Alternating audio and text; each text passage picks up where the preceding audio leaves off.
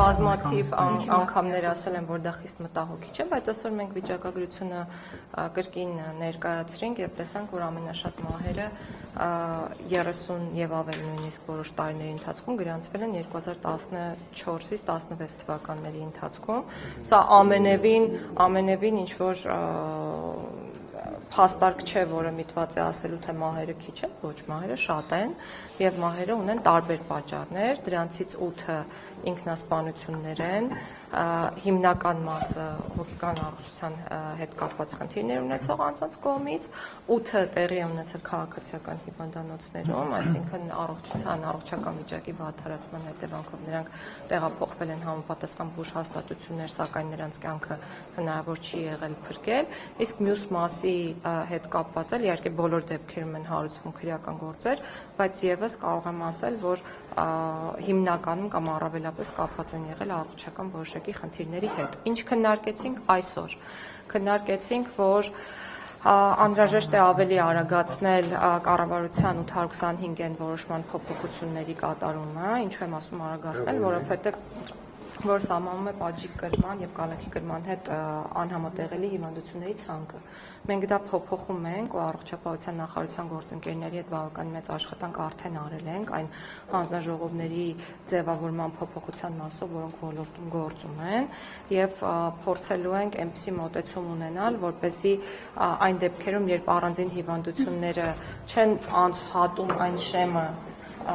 որոնք համապատասխանում են կոնկրետ հիվանդությանը, այդ ցանկում նշած, հնարավոր լինի գնահատել նաև հիվանդությունների համակցությունը, որպեսզի այդ համակցության առկայության դեպքում անձինք կարողանան հավակնել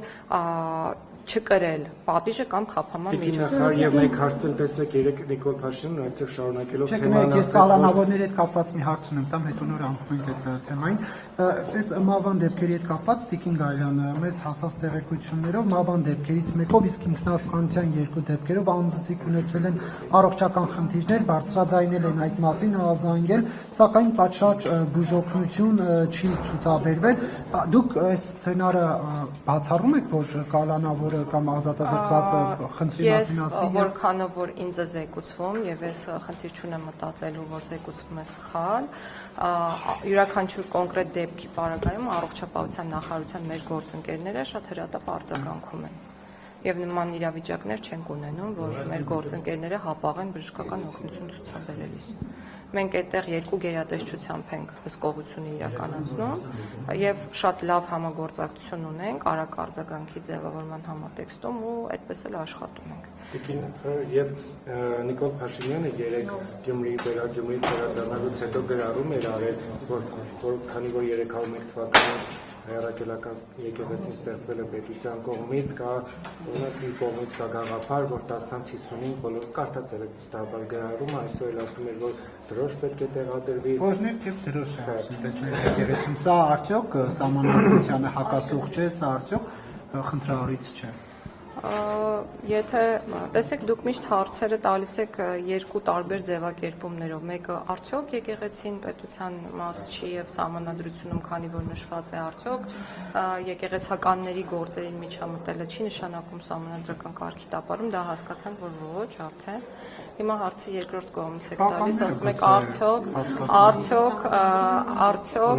արդյոք դրոշ տեղադրելը իսկ ինչ որ մեկը հերքում է, որ պետության կողմից է հիմնադրվել եկեղեցին ի վերջո եւ ճանաչվել որպես պետական կրոն։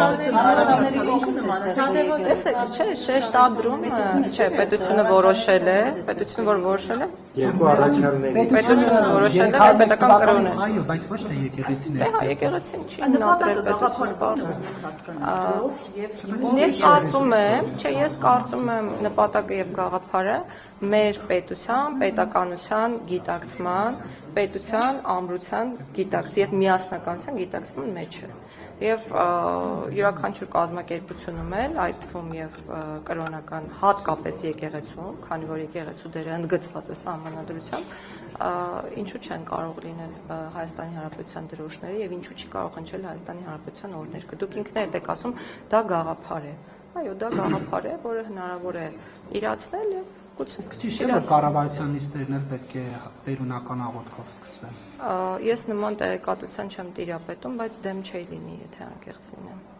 Բայց օրինակ աթեից նախարար ունեք, ոնց պետք է Դե այդ դեպքում ես ասում եմ ես դեմ չէի լինի եւ պատասխանում եմ ին փոխարեն եւ քանի որ հարգում եմ այլ անձանց իրավունքները,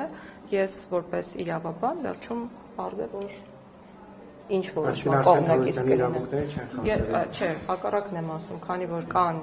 մարդիկ, որոնք ունեն այլ կողմնորոշում կրոնի եւ հավատքի հետ կապված, իսկ մեր երկրում գործում է ազատության իրավունքը, կրոնի, խղճի, մտքի, դավանանքի եւ այլն, ես այդ իրավունքի պաշտպանության կողմնակիցն եմ միշտ։ Եվ Տիկին Գայլյան, կներեք, այնինչ տեղի ունեցավ, հեսա վերջացնում ենք 7 վերք եկեղեցում, հա, պատարակի նախորդ օրը դռները այսպես ասած պլոմվեցին, որևէ մեկի մուտքը թույլ չէին տալիս հոգևորականներից Շիրակի թեմի հետո տեսնում ենք, որ եկեղեցու ամբողջ դռները պետական պահպանության ծառայությունների կողմից վերահսկվում էր եւ միայն մեկ տեղից օրինակ հնարավորություն կար եկեղեցի մտնել։ Այս ամենը արդյոք խնդրահարույց չէ գնալ եւ տվյալ հոգևորականին ասել քո սպասավորման վայր մի մտի, դա նույնն է, որքան նախարարություն եւ չթողեն ձեզ մտնեք նախարարություն եւ ինչ որ մեկը ձեր փոխարեն նախարարի պարտականություններ կատարի։ Իսկ ինչի մենք հետ հայաց չենք նայում դրան նախորդող իրավիճակին։ Այսինքն, եթե հնչում են ինչ-որ արտահայտություններ, որ թույլ չի տրվելու պատարակ իրականացնել եւ ժողովուրդը հնարավորություն չի ունենալու իրացնել իր իրավունքը մասնակցել պատարակին, մենք խոսում ենք այն երևույթի մասին, որը միտված է այդ խնդիրը կամ հնարավոր խնդիրը չեզոքացնելու։ Իմ պատասխանը դա է։ Եկեք բոլոր երևույթներին նայենք ճիշտ եւ ըստ ժամանակագրական հաջորդականության։ Իսկ այն քաղաքացիներին, որ ոտնի ուժ կիրառելով հանում են դուրս, ինչ է նրանք կաթողիկոսի անում են։ Ես կարծում եմ, որ հասարակական կարգի պահպանման պատասխանատուներ կան, ես չէ որ պետք է գնահատեմ իրենց գործողությունների իրավաչափությունը, եթե դրանք հատում են իրավաչափության սահմանը, վատ է, եթե չեն հատում եւ միտված են հասարակական կարգի պահպանմանը, լավ է։ Տիկին Գայլյան, ներողություն, իսկ այդ դեպքում ինչպես է ստացվում, որ Գարեգին երկրորդ կաթողիկոս գոռացողը հասարակական կարգ խախտող, իսկ նույն եկեղեցում կտրիչը կաթողիկոս չէ, գոռացողը հասարակական կարգ խախտող չէ։ Կրկնում եմ, այն բոլոր գործողությունները, որոնք իրապես միտված են հասարակական կարգի պահպանմանը, դրական են գնահատում, այն գործողությունները, որոնք միտված չեն կամ ենթադրում են լիազորությունների չարաշահում, վատ եմ գնահատում։ Հիմա կներեք, Փաշինյանը չի չարաշահում լիազորությունները, հաշվի առնելով, որ Սահմանադրության պետությունն ու եկեղեցին անջատ են, թելադրում է, որ եկեղեցուն պետք է հնչի օստեր եւ պետք է դեպի դրոշ։ Դուք ինքներդ նոր նշեցիք, որ մի գաղափարով է կիսվել եւ գաղափարով կիսվելը դեռ թելադրել չի նշանակում։ Ես առաջարկում եմ, երբ որ կնկատեք որևէ թելադրանք ապագայում, նորից այս հարցը բարձրացրեք։